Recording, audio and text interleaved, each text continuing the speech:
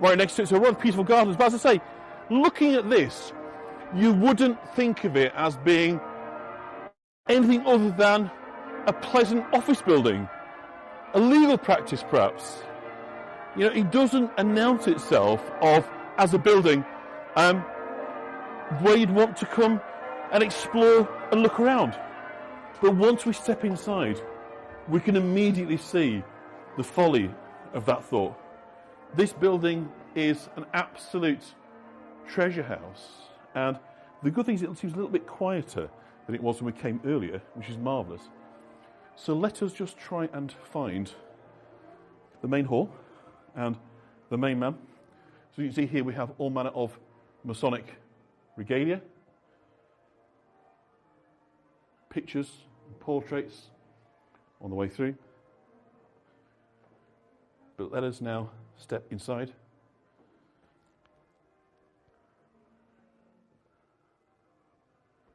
Wait for this.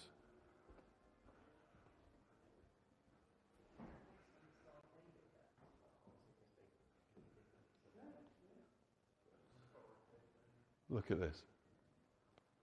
Isn't this? Is Mike Curley around? He was. He was going to be talking to me. It doesn't matter, but because it's just a lovely feast of the eyes. But we're live streaming all over the world right now. So in Masonic Lodge number 236 on Duncombe Place in York, we have. Going to the camera. There's a couple of Masons over here, and hopefully Mike will be available to speak to us in a moment. But let's just take in for a moment just the utter splendour of this space, the care and the artistry that's gone into creating this interior is quite fabulous. First time I went in was yesterday, so it's still utterly blowing me away. So fidelity, honour, temperance, benevolence, harmony, loyalty, charity, fortitude, prudence, and justice, cardinal virtues, one and all. It's a wonderful organ behind it. I heard yesterday needs a fair amount of spending on it to be able to bring it back into use, but just stunning to look at. This space it just sort of takes your breath away, because everywhere that you look, we see decoration, embellishment, that kind of artistry, and of course layers of symbolism that I don't understand. Simply not being exposed to the kind of the folklore and the images. I don't know what a lot of this means, but it is stunningly beautiful.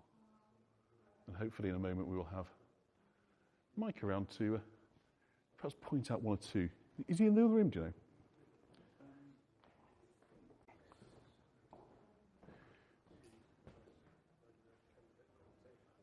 Let's just see if we can find our explainer. Excuse me, one moment. We'll be back in one moment. We're just trying to find the gentleman who is doing a lot of explaining. So we've got another meeting room over here. It is a big work of art, absolutely, Marlene. I mean, that is precisely how I would describe it. So a lovely portrait here of Her Majesty. Just trying to come out the sun glare there, the light glare, so you can see. Is it what the old gavel there for bringing meetings to order?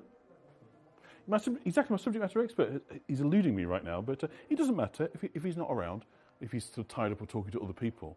I think we can just enjoy it from a visual point of view. So let's just going to go back in. So aprons, of course, they're famous wear the aprons, don't they? The Masons during their services. So again, we've got over here more examples of the Grand Lodge clothing. This was the clothing of the Very Reverend Arthur Percival, Puri Cust, Deputy Dean of York. So many of the great and the good have always been associated. So the people with sort of senior positions, high in the kind of civil hierarchy, have traditionally been Freemasons. So consequently, as I say, the wealthy, the powerful, have been drawn to this brotherhood. But you can see, as I say, look at the chairs. Everything, the attention to detail is just quite fabulous.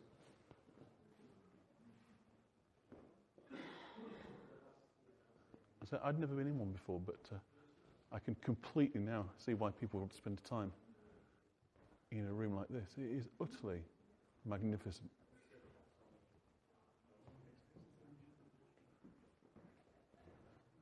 And of course, a wonderful.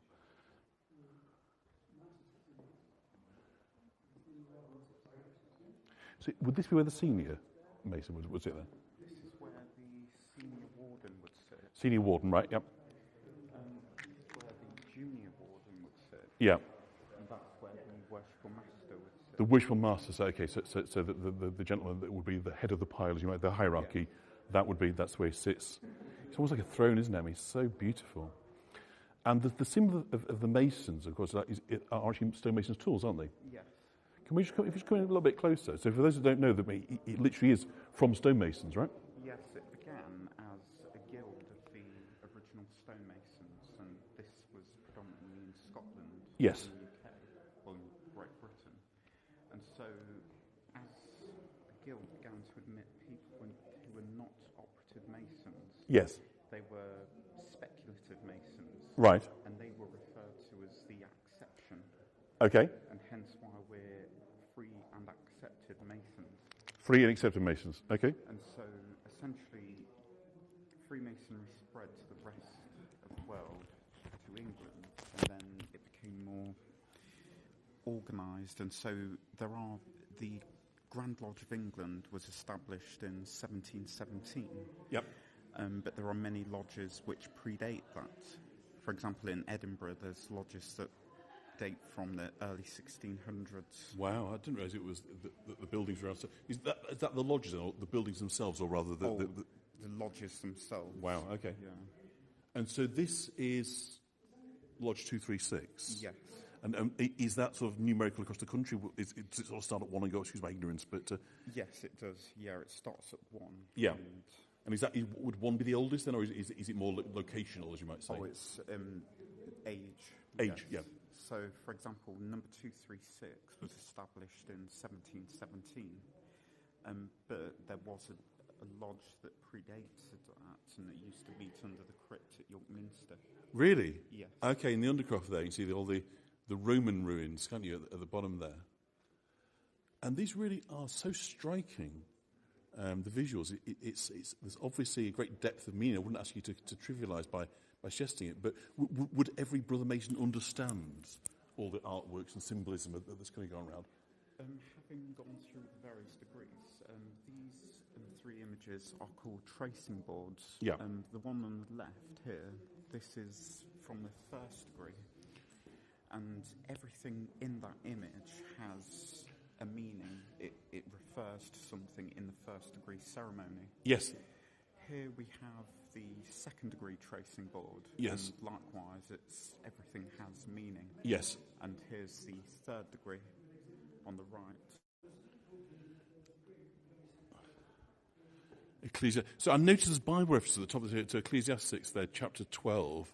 So essentially they're Bible verses which correspond to that ceremony. Yeah. Or have some relation. So to the tools that were used, because ultimately the ceremony is based on King Solomon's temple. Yes. The architects that built it. If you look up here. Because you had a question there. Somebody should ask, are these paintings, but they appear actually to be fabric-based, of some description, rather than painted on. Or am I missing what I'm looking at? Is it painted onto a fabric and then placed upon? Onto a canvas. A canvas, yes. Yeah. Beautiful. Sorry, you were saying? So if we look up here, we've got these initials. Hiram, King of Tyre. Yep. Solomon, King of Israel. Yep. And Hiram Abiff. Got you. And so it was King Solomon that consecrated the temple at Jerusalem. Yes. Whereas Hiram, King of Tyre, provided materials, and Hiram Abiff was the architect. So these two statues representing the people below? No, this is St. John the Baptist. Oh, I see. Sorry, I do. And over there is St. John the Evangelist. Got you. Yep. And so essentially it's based on biblical history.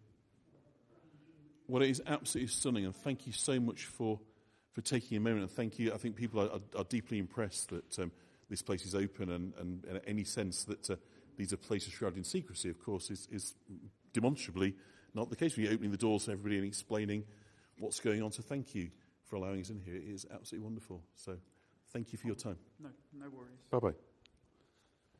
let's go, because I don't want to disturb people. Isn't this a space, though? I mean, I told you, no. You know, how can you even describe that space?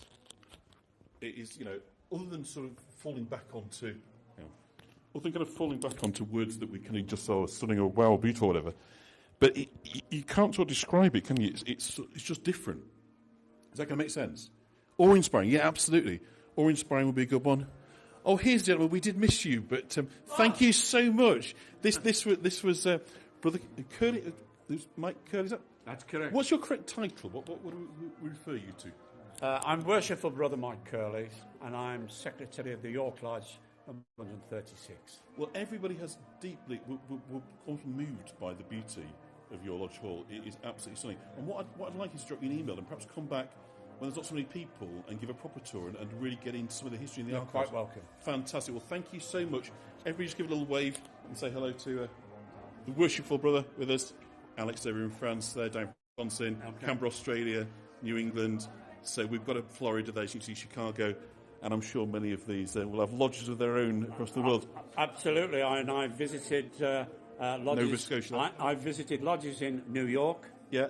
in Florida, where my son lives, my eldest boy, and my second son lives in lived in Brisbane in Australia, and I visited lodges there. He now lives in Coffs Harbour. Yep. And I visited a lodge there in September. Fantastic. So lots of local links. You've got people from all over the world. So we hear him lodge there from Florida. I don't know if that's one you're familiar with. But this is lodge number 236, right?